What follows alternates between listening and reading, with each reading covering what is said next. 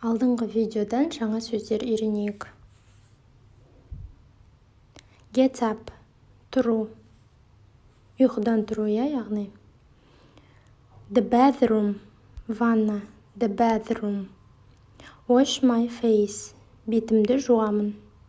Wash my face. I wash my face. I brush my teeth, тісімді жуамын. Brush, жуу. Именно тісті жуу мағынасында. Teeth дегеніміз тіс. Have breakfast, таңғы ас ішу, завтракать. Have breakfast. Просто I have breakfast десеңіз, мен таңғы ас ішемін деген мағына шығады. Немесе сен таңғы ас ішіп отырсың. You have breakfast. It's around 7 a.m. It's around дегеніміз шамасында. Приблизительно, около деген сияқты. Сағатты айтқан кезде at деген предлог қолданылады бізде. Яғни жетілер шамасында да. AM деген таңғы уақыт. Usually, әдетте. Boiled eggs, қайнатылған жұмыртқа. Always, әрқашан. Leave home, үйден шығу. Start, бастау. Осы start деген сөзді көп естіген боларсыздар.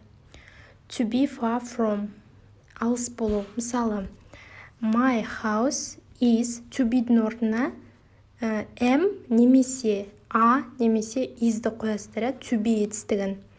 Мысалы, my house болса, ол is болады, себебі it пен оны заменить етсек болады.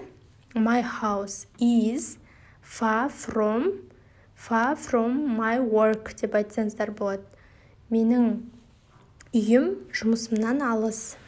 Only дегеніміз тек қана, только деген сөз. However, однако, алайда. However, баттың синонимі. Бат деген, бірақ деген сөз ғой, үш әріптен тұратын. Due to, арқасында, благодаря деп аударылады, яғни орысшаға благодаря. Get acquainted, танысу. Traffic, қозғалыс. Traffic, именно жолдағы қозғалысқа байланысты қолданылады осы сөз. A little early. A little, кішкене деген сөз. Early деген ерте. Сонда a little early болса, сәл ертерек деген сөз. Have lunch, түскі ас ішу. Lunch дегеніміз обед, түскі ас. Кантин, асхана, столовый. Back to work. Мысалы, қайттан жұмысқа деген сөз. Қайтадан. Мысалы, бір YouTube'да бір видеолар қарасаңыздар, back to school деп тұрады. Ол дегеніміз қайтадан мектепке деген сөз. Яғни back to бір жерге қайта бару деген сияқты ғой. Close, жабылу. As usual, әдеттегідей, как всегда деген сөз. New member, жаңа мүше. New member. Ана видеода I am a new member деп айтты ғой, яғни мен бұл компанияда жаңа мүшемін дейді, жаңа сотрудникпін деген сияқты. Команда мүшесі деп айтамыз ғой, мысалы, сондай мағынада қолданылады. More дегеніміз көбірек. Often, жиі. Spend, уақыт өткізу. Именно spend сөзі уақытқа байланысты айтылады. Тратить время деген сияқты мағынада. Overtime дегеніміз қосымша уақыт, яғни артық уақыт деп аударылады. Overtime. To be tired, шаршау. Мына жерде to be-дің орнына, мысалы, мен шаршап тұрмын деп айту үшін I am tired деп айтасыздар. To be-дің орнына кез келген, сен шаршап тұрсың. You are tired. Түсінікті ғой, Ол шаршап тұр, he is tired. After дегеніміз кейін деген сөз. Go for a walk. Жүру, қыдыру. То есть прогуляться деген мағынада. Go for a walk. Мысалы, мен қыдырып жүрмін. I go for a walk. To relax дегеніміз демалу.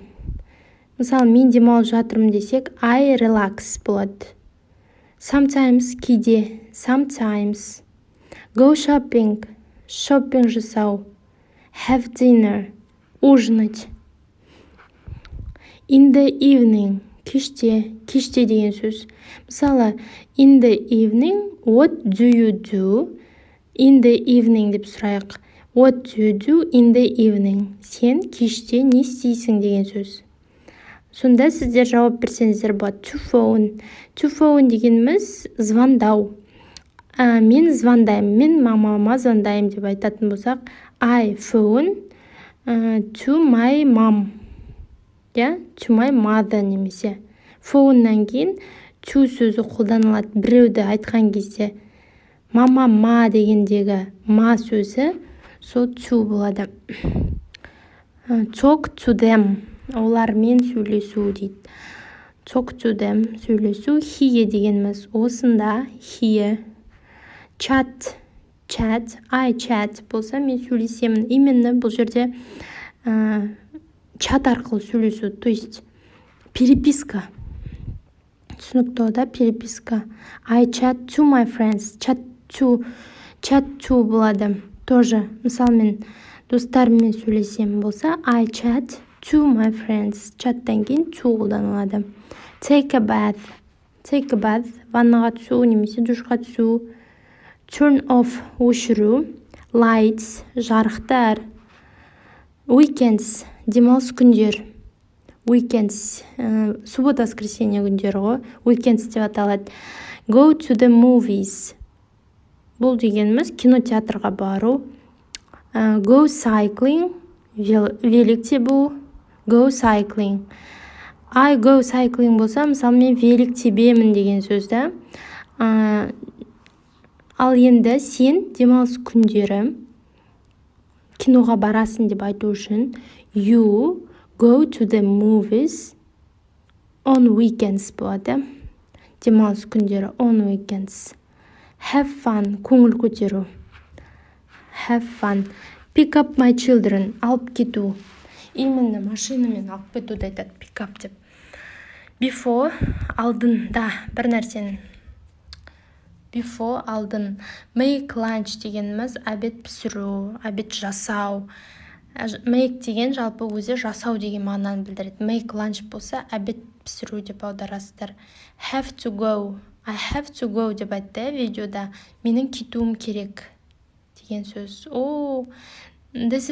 These are all. Thanks for watching, guys.